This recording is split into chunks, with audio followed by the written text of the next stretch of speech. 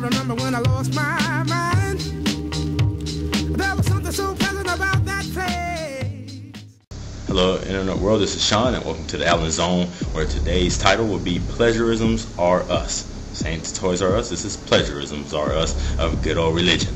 Now, if you really look back into the Tanach, for me, sounds like a plagiarism of all the ancient cultures of that time. If you really look at the ways that the fairy tale stories are written and the various myths and the way God interacts with humanity, all of it sounds like the literature of that time. Nothing special, nothing separate and divine and of divine truth separate from the other ones. They all sound alike. The way God deals with humanity, the fairy tale stories, the exaggerated stories of various things, all sounds very familiar to the other people that wrote about their gods and the various fairy tale stories in their books.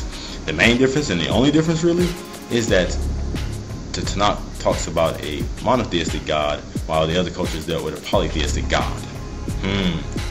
So next, after Tanakh is done being written, God decides to go take a vacation somewhere in the heavens across the galaxies, and we don't hear about him again for hundreds of years. Besides those books that were written in between, which are not even considered really holy and a part of the Tanakh. And then all of a sudden, out of nowhere, we get Jesus and the Gospels. And I find it quite interesting that the Gospels come around claiming to be a part of the same God of the Tanakh.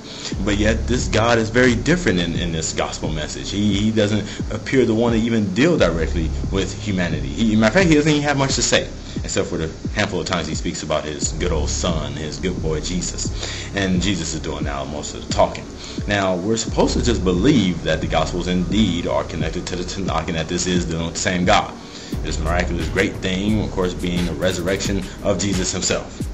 Now, thanks to a man named Paul, this is pushed even further, and we're now supposed to accept him. Now, remember, this is the man that even admitted in the New Testament never even met Jesus himself. But it doesn't matter, because he claims divine authority. He claims that he's given this ability of revelations to tell us what the Bible is really all about. So Paul does a lot of plagiarizing of the Tanakh, makes all these quotes that are taken out of context by the time he gets through telling us what it's supposed to mean. That has nothing to do with what it originally meant in the Tanakh, and yet we're supposed to just accept it. We're supposed to accept it hand down because Paul knew what he was talking about, because Paul said he knew what he was talking about. Absolutely amazing. And then you get this little small part where Peter supposedly tells us that yes, Paul is authentic and you should take his words even though they're hard and people arrest them to their own damnation. So Peter gives us that supposed stamp of approval, and it's all just fishy. You almost wonder if it even was the real Peter, if there was a Peter at all. But anyhow, all this is supposed to be connected. This is all together. This is not separate books. These are not opposing religions. It's all the same God, even though we get a different God in entirety. And then, after we're done with this, after John writes his book of Revelation, God decides to disappear into the abyss once again, out into one of those black holes, maybe out of many of them. He went to go deal with a different universe. And then he decides to come back. And he decides to come back in the name of Muhammad, under the new name, Allah. Wow, he's back. And he has plenty to say directly, only, of course, to this prophet, not to the rest of humanity, which would have been a lot easier. He has only something to say to Muhammad.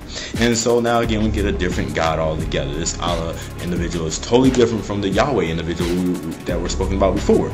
Now, Muhammad claims to be given these revelations because he says he was given the revelations.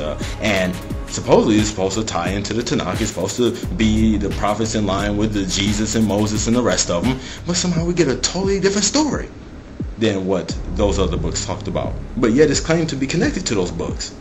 And this is, of course, after God was silent for so many years.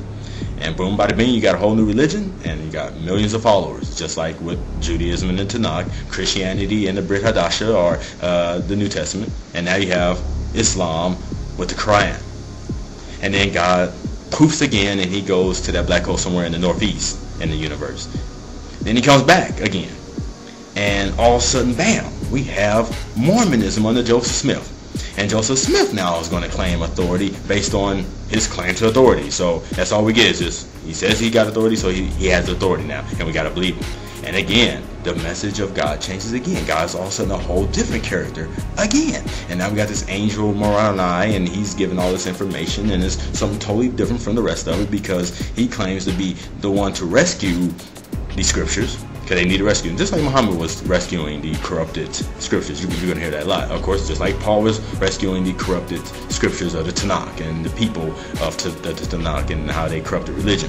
So here we have now Joseph Smith is correcting Christianity with the new book, the Book of Mormon. And again, it's all different. It's claimed to be divine simply because he claims to be divine, and he takes a lot of quotes out of the scriptures and rearranges them to say something totally different than what they originally said. And then God disappears again.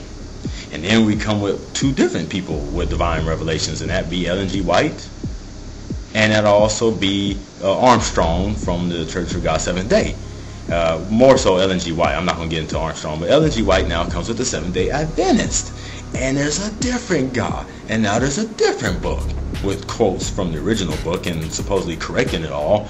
But the messages come out totally different. And now there's a whole different guy who he's focused on different things. He wants us to be vegetarians. He wants to end things in 1944. He wants us not to only to eat nuts and berries and things of this different nature, and have all these strange rules as far as having your window open so you can have fresh air circulating and not wearing certain clothing and all these different things. So we have a God that's totally different again from the Quran, from the Book of Mormon, from the New Testament, and even from the Tanakh. But yet, this book is supposed to be of the same God, and they're all supposed to tie together.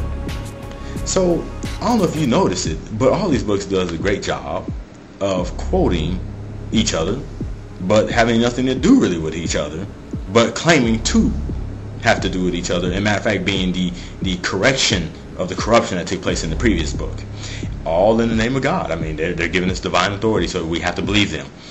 Absolutely amazing. And you know what the key thing is? They all have hundreds of thousands of followers. You know, I almost wonder, how long is it going to be? How many more hundreds of years of God silent? Because he sure is silent today.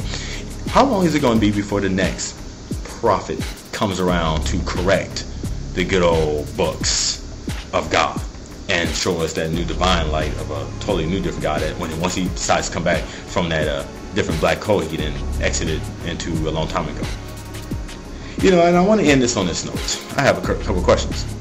Adam and Eve, the people that are right there in the first days of creation in the universe, why don't they have nothing to say? Not a thing to say. Everybody else has things to say, but they don't. Wow, all these people speaking about creation, but they don't speak about creation. They have nothing to say. There's nothing quoted from Adam and Eve. Absolutely amazing, except for some off-the-wall stuff about their family problems and issues. Then we gotta wonder, where were the historians and why did they fail to write about Jesus? Why there ain't no history about Jesus except for after Jesus' death, even from his own people? They were direct witnesses, and yet instead of keeping journals, they write about him years afterwards. Interesting. And then we got Paul. Now, why is it that the New Testament is vested upon Paul, who is not even a direct witness of the things of Jesus and what he's did?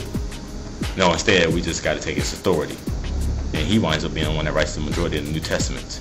So again, just ending this on this note, think about the characteristics of all these religions in the name of God, Yahweh, or if you want to change it around, it's Jehovah with the Jehovah Witnesses, or it's the other God with Ellen G. White, or it's Allah with Islam and the Muslims.